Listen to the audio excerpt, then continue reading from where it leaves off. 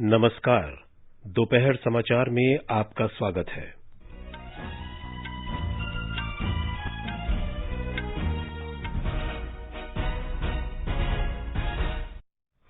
संसद के दोनों सदनों की कार्यवाही पेगासस जासूसी, कृषि कानूनों और अन्य मुद्दों पर लगातार बाधित। प्रधानमंत्री नरेंद्र मोदी कल वीडियो कॉन्फ्रेंस के माध्यम से उत्तर प्रदेश में प्रधानमंत्री गरीब कल्याण अन्न योजना के लाभार्थियों के साथ बातचीत करेंगे। आरबीआई की मौद्रिक नीति समिति की 3 दिन की बैठक मुंबई में शुरू। कर्नाटक में 29 मंत्रियों के शपथ के साथ आज मंत्रिमंडल का विस्तार किया जाएगा। मध्य प्रदेश के कुछ इलाकों में लगातार तेज वर्षा से बाढ़ की स्थिति गंभीर। प्रधानमंत्री नरेंद्र मोदी ने मुख्यमंत्री शिवराज सिंह चौहान से बात कर बाढ़ की स्थिति की समीक्षा की। क्षेत्रीय संपर्क योजना उड़ान के अंतर्गत इम्फाल और शिलंग के बीच पहली सीधी विमान सेवा शुरू। राष्ट्रव्यापी टीकाकरण अभियान के अंतर्गत अब तक 48 करोड़ 52 लाख से अधिक कोविड रोधी टीके लगाए गए। पिछले 24 घंटे के दौरान 42,000 से अधिक नए कोविड मामलों की पुष्टि। स्वस्थ होने की दर 97.37%। और टोक्यो ओलंपिक में मुक्केबाज लवलीना बोर्गोहेन ने वेल्टरवेट श्रेणी में कांस्य पदक जीता। भाला फेंक स्पर्धा में नीरज चोपड़ा ने फाइनल के लिए क्वालिफाई किया। पहलवान रवि कुमार और दीपक पूनिया सेमीफाइनल में पहुंचे। भारतीय महिला हॉकी टीम का सेमीफाइनल मैच आज 3:30 बजे अर्जेंटीना से होगा। भारत और इंग्लैंड के बीच 5 क्रिकेट टेस्ट मैचों की श्रृंखला का पहला मैच आज से नॉटिंघम में खेला जाएगा। दोपहर समाचार में नईम अख्तर के साथ मैं विशाल शर्मा। देश भर में 18 वर्ष से अधिक आयु वर्ग के लिए सरकारी केंद्रों में निःशुल्क कोविड टीकाकरण अभियान जारी है। युवाओं से आग्रह है कि टीका जरूर लगवाएं और अन्य लोगों को भी इसके लिए प्रोत्साहित करें। जब तक जरूरी न हो घर से बाहर न निकलें और सुरक्षा के 3 सरल उपायों का पालन करें। मास्क लगाएं, 2 गज की सुरक्षित दूरी बनाए रखें, हाथ और चेहरा साफ रखें। कोविड संबंधी जानकारी और मार्गदर्शन के लिए राष्ट्रीय हेल्पलाइन नंबर 011-2397-8046 और 1075 पर संपर्क करें। और अब समाचार विस्तार से। संसद के दोनों सदनों की कार्यवाही में पेगासस जासूसी, कृषि कानूनों और अन्य मुद्दों पर गतिरोध बना हुआ है। लोकसभा की कार्यवाही 3:30 बजे तक और राज्यसभा की कार्यवाही 2 बजे तक के लिए स्थगित कर दी गई। लोकसभा में आज दूसरे स्थगन के बाद कार्यवाही फिर शुरू होने पर पीठासीन अधिकारी ने विपक्षी सदस्यों के स्थगन प्रस्ताव खारिज कर दिए। इसके बाद कांग्रेस, वाम दलों, टीएमसी और अन्य दलों के सदस्य नारेबाजी करते हुए सदन के बीच में आ गए। इसके बाद कार्यवाही पहले 2 बजे फिर 3:30 बजे तक स्थगित करनी पड़ी। इससे पहले आज सुबह सदन में हाल ही में दिवंगत 8 पूर्व सांसदों को श्रद्धांजलि दी गई। राज्यसभा में भी इन्हीं मुद्दों पर हंगामा जारी रहा। सदन की कार्यवाही शुरू होते ही सभापति एम वेंकैया नायडू ने कहा कि सरकार किसानों के प्रदर्शन और मूल्य वृद्धि पर चर्चा के लिए तैयार है, लेकिन उन्होंने पेगासस जासूसी और अन्य मुद्दों पर कांग्रेस, वाम दलों, टीएमसी और अन्य दलों के सदस्यों के स्थगन नोटिस अस्वीकार कर दिए। इसके बाद विपक्ष के सदस्य नारेबाजी करते हुए सदन के बीच में आ गए। श्री नायडू ने प्रदर्शन कर रहे सदस्यों से सीटों पर जाने को कहा। विरोध प्रदर्शन जारी रहने के बीच सभापति ने अनुचित व्यवहार करने वाले सदस्यों को निलंबित किए जाने की चेतावनी दी। उन्होंने सचिवालय से उन सदस्यों के नाम देने को कहा जो सदन के बीच में आ गए थे। बाद में सदन की कार्यवाही 2 बजे तक स्थगित कर दी गई। इससे पहले तृणमूल कांग्रेस के नवनिर्वाचित सदस्य जवाहर सिरकार को शपथ दिलाई गई। सदन की कार्यवाही इस समय जारी है। राज्यसभा में तृणमूल कांग्रेस के 6 सांसदों को अनुचित व्यवहार के लिए आज बाकी दिन के लिए उच्च सदन से बाहर रहने का निर्देश दिया गया है। ये सांसद हैं डोला सेन, नदीमुल हक, अबीर रंजन बिश्वास, शांता क्षेत्री, अर्पिता घोष और मौसूम नूर।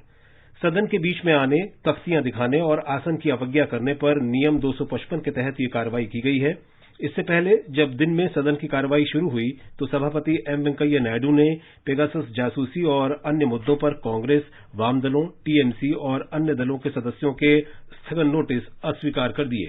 इसके बाद तृणमूल कांग्रेस के सदस्य नारेबाजी करते हुए सदन के बीच आ गए।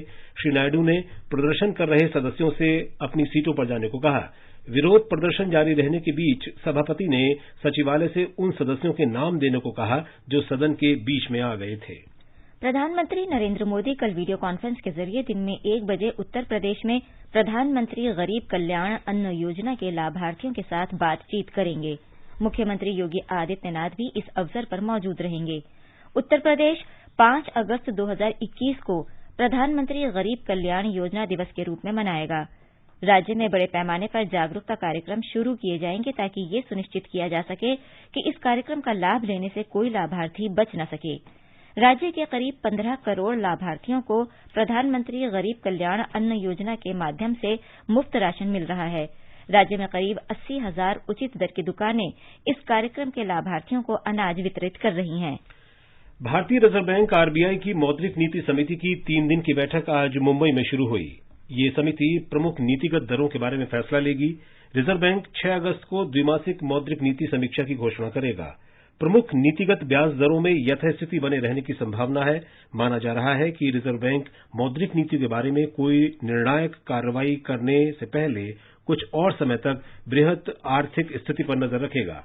6 सदस्यों की मौद्रिक नीति समिति के अध्यक्ष रिजर्व बैंक के गवर्नर शक्तिकांत दास हैं।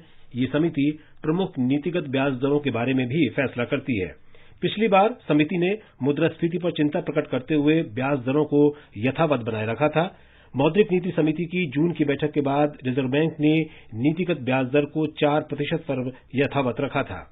तब लगातार 6ठी बार ब्याज दरों में कोई परिवर्तन नहीं किया गया था। ये समाचार हमारी वेबसाइट newsonair.com/hindi और हमारे mobile app news on AIR पर भी उपलब्ध हैं।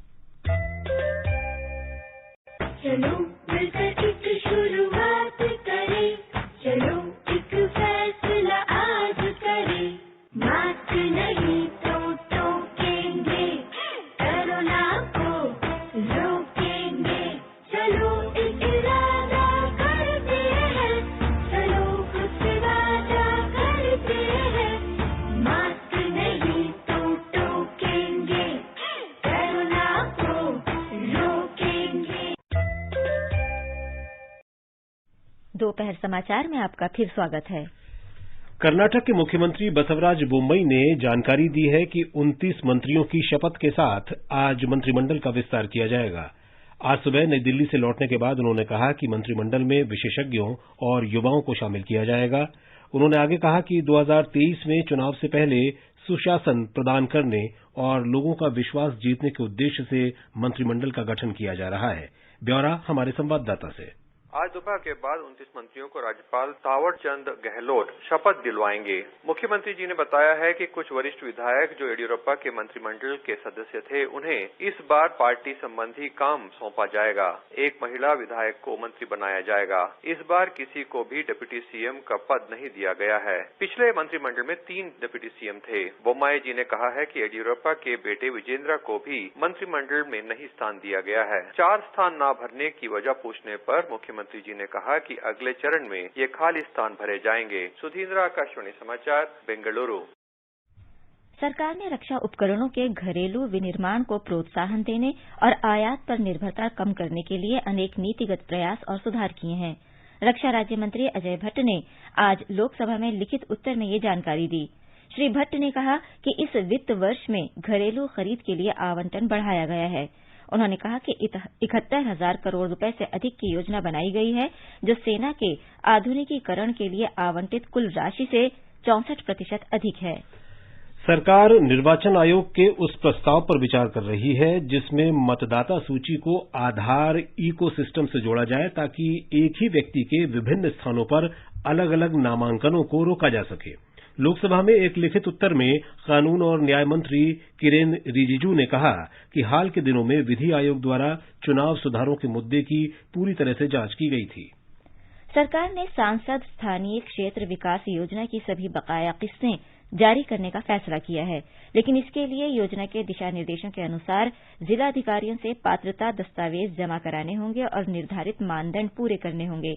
आज लोकसभा में लिखित उत्तर में सांख्यिकी और कार्यक्रम कार्यान्वयन राज्य मंत्री राव इंद्रजीत सिंह ने कहा कि मंत्रिमंडल ने वित्त वर्ष 2020-21 और 2021-22 के लिए इस योजना के संचालन पर रोक लगा दी थी। मंत्रिमंडल ने इन वर्षों के फंड को कोविड महामारी के कारण आकस्मिक जरूरतों के लिए वित्त मंत्रालय के सुपुर्द कर दिया था। सरकार ने कहा है कि राष्ट्रीय साइबर सुरक्षा नीति मंजूरी के अंतिम चरण में है।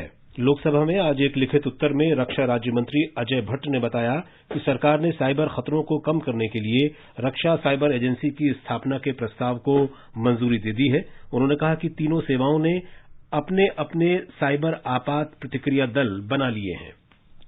उपराष्ट्रपति एम वेंकैया नायडू ने किशोर न्याय बाल देखभाल और संरक्षण अधिनियम में हाल के संशोधन का स्वागत किया है। उन्होंने इस कानून के जमीनी स्तर पर प्रभावी कार्यान्वयन की आवश्यकता पर बल दिया है। श्री नायडू ने उपराष्ट्रपति निवास में महिला और बाल विकास मंत्री स्मृति ईरानी से ये बात कही। श्रीमती ईरानी उपराष्ट्रपति से मिलने गई थीं। उपराष्ट्रपति ने कहा कि उन्हें अनाथ बच्चों से संबंधित मुद्दों पर अनेक सुझाव मिले थे।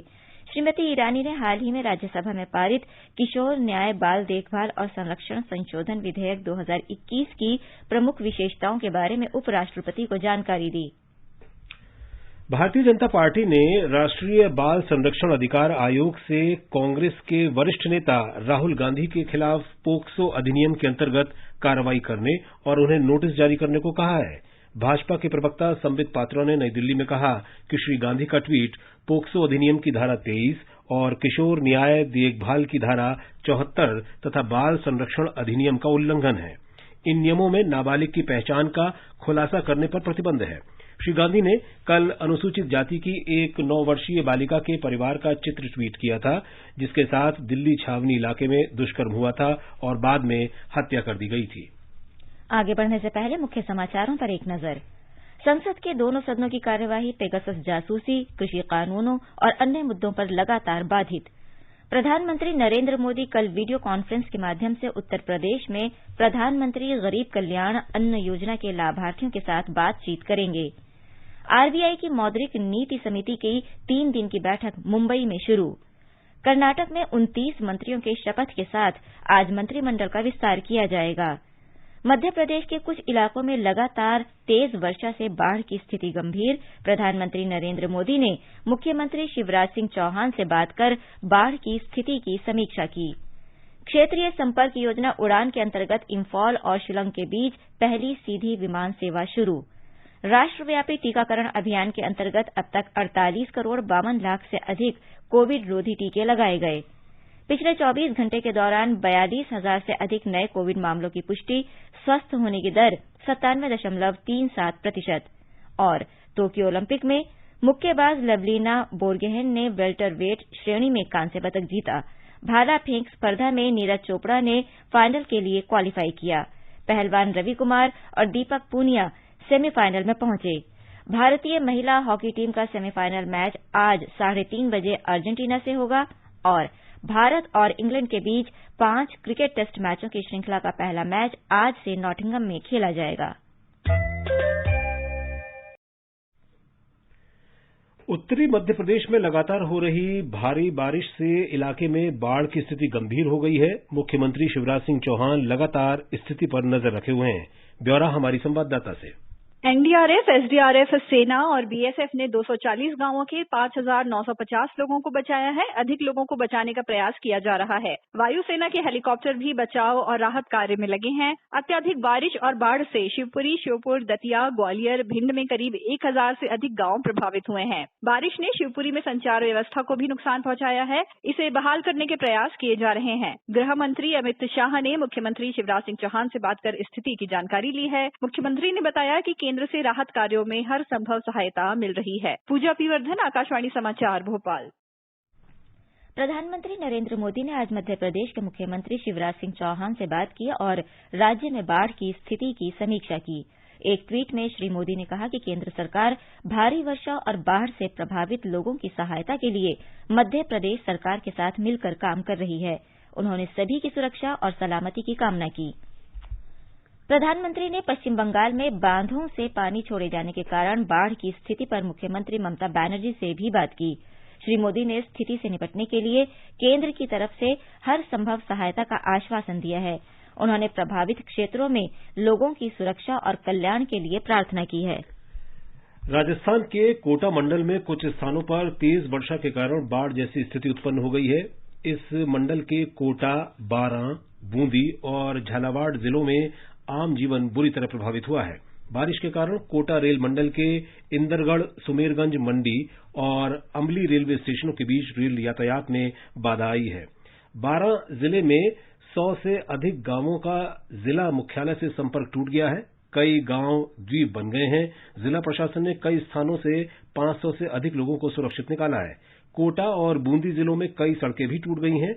लाखेरी कस्बे में कई स्थानों पर जलभराव के कारण 200 लोगों को सुरक्षित स्थानों पर भेजा गया है। झालावाड़ जिले में कालीसिंध बांध के 3 द्वार खोलकर अतिरिक्त पानी को निकाला जा रहा है। दूसरी तरफ चंबल नदी धौलपुर जिले में खतरे के निशान से ऊपर बह रही है। यहां लगभग 40 गांवों में बाढ़ का खतरा बना हुआ है। मुख्यमंत्री अशोक गहलोत ने ट्वीट संदेश में कहा है कि राहत और बचाव कार्यों में राहत दल और सिविल डिफेंस को लगाया गया है। राष्ट्रव्यापी कोविड टीकाकरण अभियान के तहत अब तक 48 करोड़ 52 लाख से अधिक टीके लगाए गए हैं। कल 62 लाख 53 हजार से अधिक टीके लगाए गए। इसी दौरान 36,668 रोगी स्वस्थ हुए, जबकि 42,625 लोगों में संक्रमण की पुष्टि हुई। ठीक होने की दर 97.37% हो गई है। अब तक लगभग 3 करोड़ 9 लाख से अधिक मरीज स्वस्थ हो चुके हैं।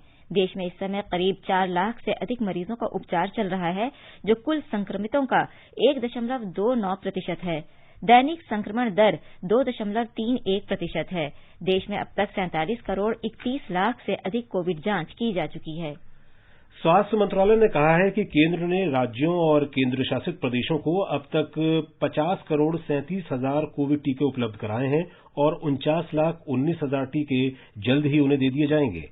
मंत्रालय ने बताया कि अब तक 48 करोड़ 19 लाख 75 हजार 798 टीके लगाए जा चुके हैं, जिनमें बर्बाद हुए टीके भी शामिल हैं।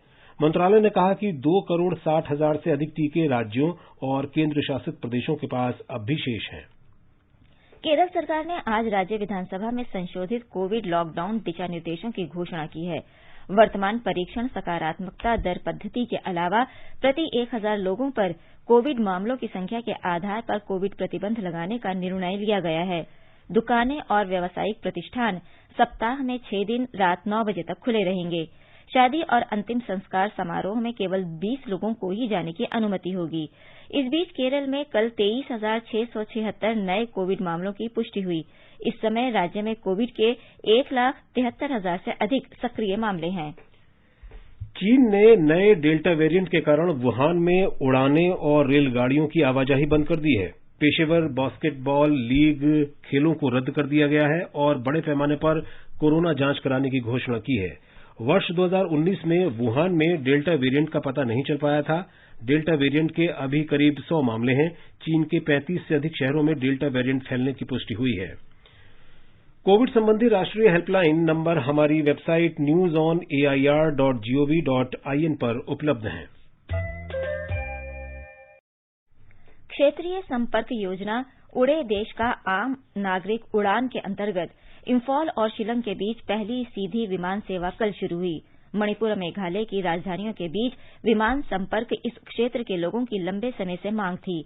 इस हवाई मार्ग के शुरू होने से पूर्वोत्तर भारत के प्राथमिकता वाले क्षेत्रों को विमान सेवा से जोड़ने का केंद्र का उद्देश्य भी पूरा हो जाता है।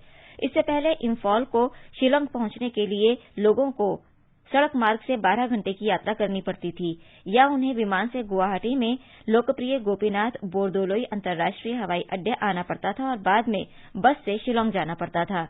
अब लोग दोनों शहरों के बीच विमान से यात्रा कर सकते हैं। इंफॉल से शिलोंग जाने के लिए मात्र 1 घंटा लगेगा, लेकिन शिलोंग से इंफॉल आने के लिए 75 मिनट लगेंगे। ये समाचार आकाशवाणी से प्रसारित किए जा रहे हैं। ताजा समाचार जानने के लिए आप हमारे Twitter handle @AIR News Hindi को फॉलो कर सकते हैं।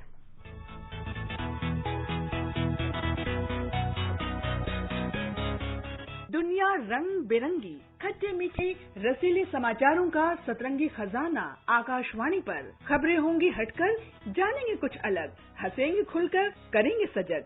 सुनना न भूलें सोमवार और मंगलवार 8 सवेरे तथा शनिवार और रविवार कार्यक्रम परिक्रमा में।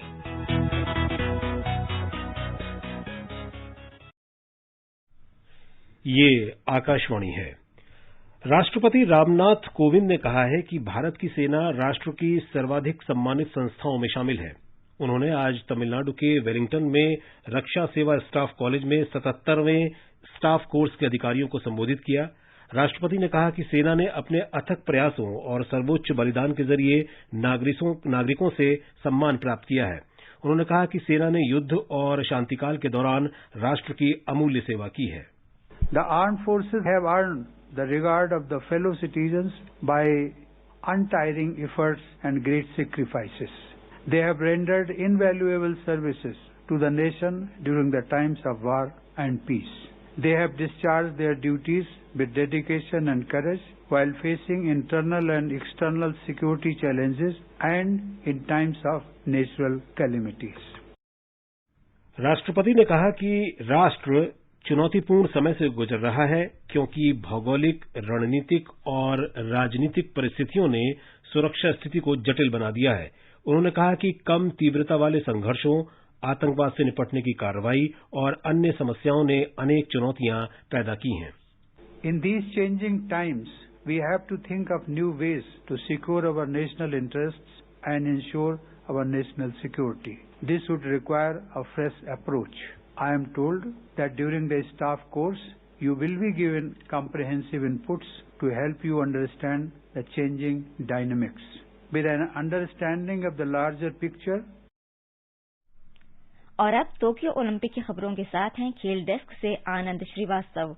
टोक्यो खेलों में महिला मुक्केबाजी के वेल्टरवेट श्रेणी में लवलीना बोरगोहेन ने कांस्य पदक जीता है। सेमीफाइनल में लवलीना को विश्व चैंपियन तुर्की की बुसेनाज सुरमेनेली से हार का सामना करना पड़ा। एमसी मेरी कॉम के बाद लवलीना ओलंपिक में कांस्य पदक जीतने वाली दूसरी महिला मुक्केबाज बन गई हैं। इस ओलंपिक में भारत का ये तीसरा पदक है। मीराबाई चानू ने भारोत्तोलन के 49 किलोग्राम भार वर्ग में रजत पदक और पीवी सिंधु ने महिला सिंगल्स बैडमिंटन में कांस्य पदक अपने नाम किया था। कुश्ती में फ्री स्टाइल श्रेणी के 57 किलोग्राम वर्ग में रवि कुमार दहिया सेमीफाइनल में पहुंच गए हैं। वहीं 86 किलोग्राम वर्ग में दीपक पुनिया ने भी अंतिम 4 में जगह बना ली है। क्वार्टर फाइनल में रवि ने बुल्गारिया के वैलेंटिनो वेंगलोव को 14-4 से, जबकि दीपक ने चीन के जुशेन लिन को 6-3 से मात दी। सेमीफाइनल मुकाबले भी आज ही होने हैं। सेमीफाइनल में रवि का सामना कजाकिस्तान के नूर इस्लाम सनाएब से होगा। दीपक पुनिया अंतिम 4 के मुकाबले में अमेरिका के डेविड मॉरिस टेलर के सामने होंगे। महिला वर्ग के 57 किलोग्राम वर्ग में अंशु मलिक को पहले दौर में बेलारूस की इरियाना कुरिचकीना से हार का सामना करना पड़ा है।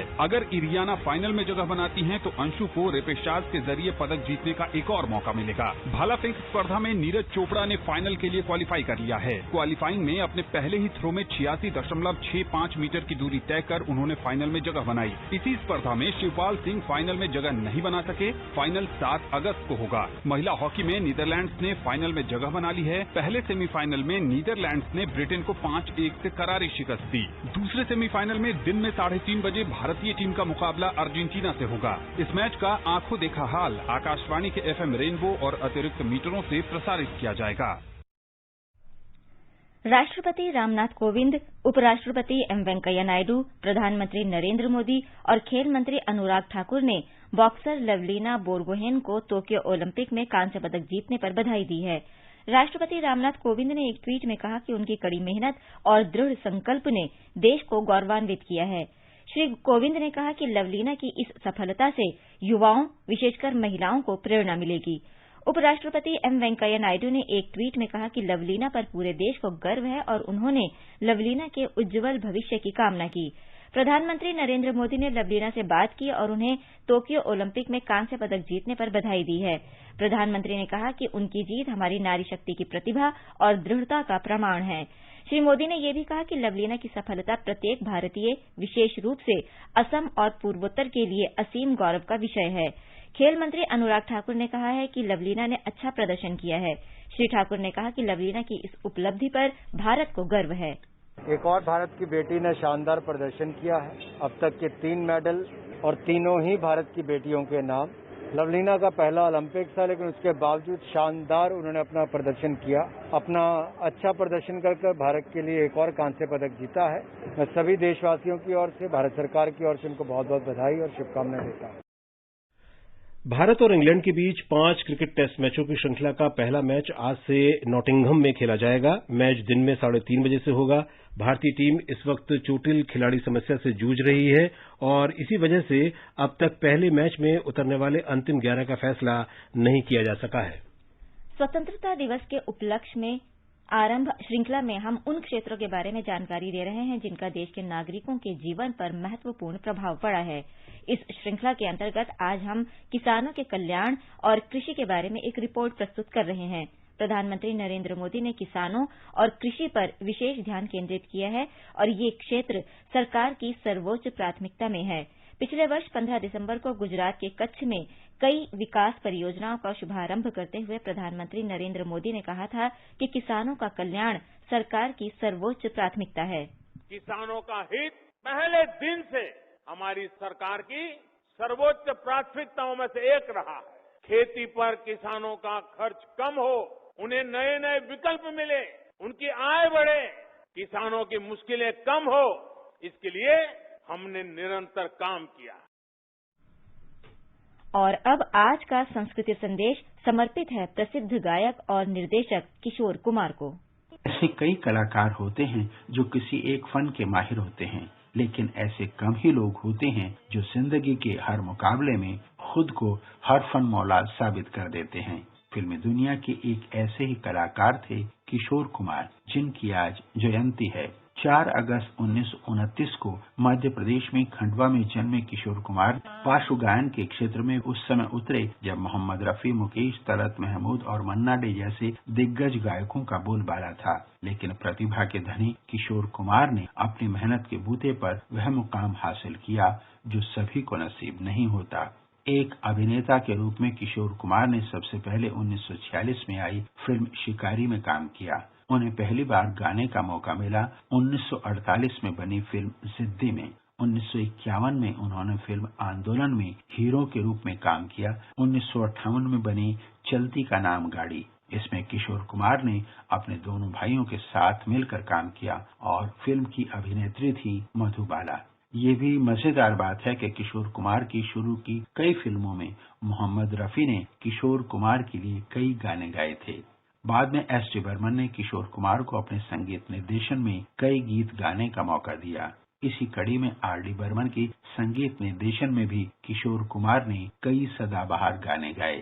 सर्वश्रेष्ठ पार्श्व गायक के लिए किशोर कुमार को रिकॉर्ड 8 बार फिल्म फेयर पुरस्कारों से सम्मानित किया गया। किशोर कुमार को पहला फिल्म फेयर पुरस्कार 1969 में आराधना फिल्म के लिए दिया गया।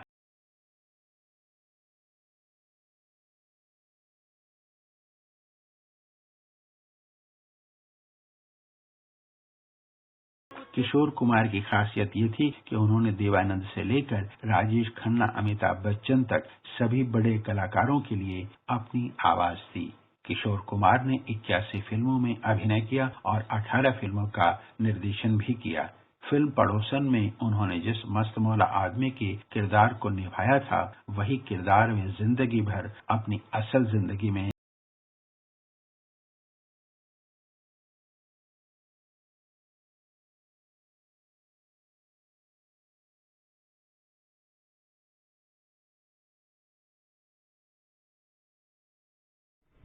अब एक नजर आज के मौसम पर। राष्ट्रीय राजधानी दिल्ली में आज बादल छाए रहेंगे और हल्की वर्षा का अनुमान है। मुंबई और चेन्नई में आमतौर पर बादल छाए रहेंगे। कोलकाता में आमतौर पर बादल छाए रहेंगे, गरज के साथ 1 या 2 बार बौछारें पड़ सकती हैं। श्रीनगर में आंशिक रूप से बादल छाए रहेंगे। जम्मू में धूल भरी आंधी चलने या गरज के साथ वर्षा होने की संभावना है। लेह में भी बादल छाए रहेंगे। गिलगित में आंशिक रूप से बादल छाए रहेंगे। मुजफ्फराबाद में धूल भरी आंधी और वर्षा के आसार हैं। और अंत में मुख्य समाचार एक बार फिर। संसद के दोनों सदनों की कार्यवाही पेगासस जासूसी, कृषि कानूनों और अन्य मुद्दों पर लगातार बाधित। प्रधानमंत्री नरेंद्र मोदी कल वीडियो कॉन्फ्रेंस के माध्यम से उत्तर प्रदेश में प्रधानमंत्री गरीब कल्याण अन्न योजना के लाभार्थियों के साथ बातचीत करेंगे। आरबीआई की मौद्रिक नीति समिति की 3 दिन की बैठक मुंबई में शुरू। कर्नाटक में 29 मंत्रियों के शपथ के साथ आज मंत्रिमंडल का विस्तार किया जाएगा। मध्य प्रदेश के कुछ इलाकों में लगातार तेज वर्षा से बाढ़ की स्थिति गंभीर। प्रधानमंत्री नरेंद्र मोदी ने मुख्यमंत्री शिवराज सिंह चौहान से बात कर बाढ़ की स्थिति की समीक्षा की। क्षेत्रीय संपर्क योजना उड़ान के अंतर्गत इम्फाल और शिलांग के बीच पहली सीधी विमान सेवा शुरू। राष्ट्रव्यापी टीकाकरण अभियान के अंतर्गत अब तक 48 करोड़ 52 लाख से अधिक कोविड रोधी टीके लगाए गए। और टोक्यो ओलंपिक में मुक्केबाज लवलीना बोरगोहेन ने वेल्टरवेट श्रेणी में कांस्य पदक जीता। रवि दहिया ने कुश्ती में पदक सुनिश्चित किया। भाला फेंक स्पर्धा में नीरज चोपड़ा ने फाइनल के लिए क्वालीफाई किया। इसके साथ ही दोपहर समाचार का ये अंक समाप्त हुआ। नमस्कार।